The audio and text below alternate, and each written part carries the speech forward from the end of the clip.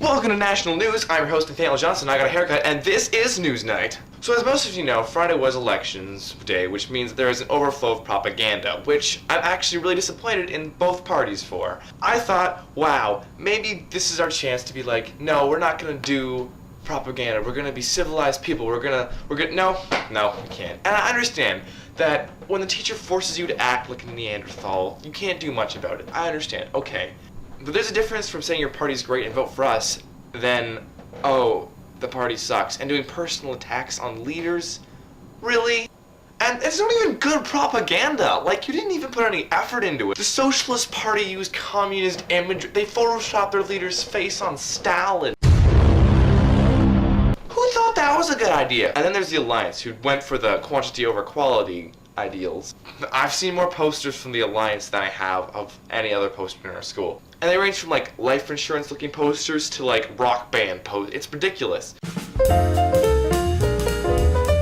But it's the personal attacks that I'm mad about. If you're gonna start dragging skeletons out of the closet, don't be surprised when you get cut by a few of the bones. Anyways, now the election's over, I'm hoping that the propaganda is gonna drop off a little bit. But enough about the propaganda, everyone already knows about that. It's time to move on to the debate. So it starts off with the opening statements from both candidates, which I luckily have on film, but that's all I could have on film because I couldn't be at the camera the whole time moving it because I had to do other things. Okay.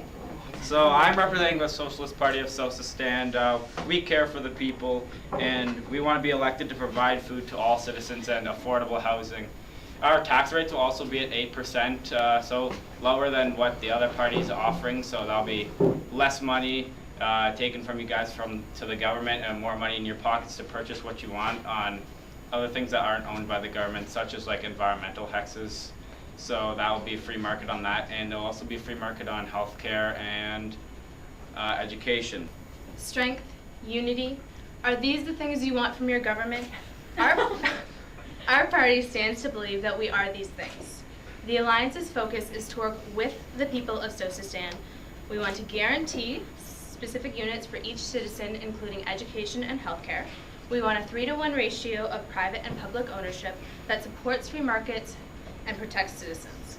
Our party combines two visions to create the best possible future for personal gain on a base of equality. Thank you. So basically I'm going to skim over most of the debate because it, in my opinion, wasn't too interesting. There were some dumb points on both sides and this horrible moderation from the debate moderator. It's just really boring, to be honest. But that wasn't the election. No, the election occurred, or the voting process occurred at an extremely inconvenient time from 11 at lunch to 6 at night on a Friday.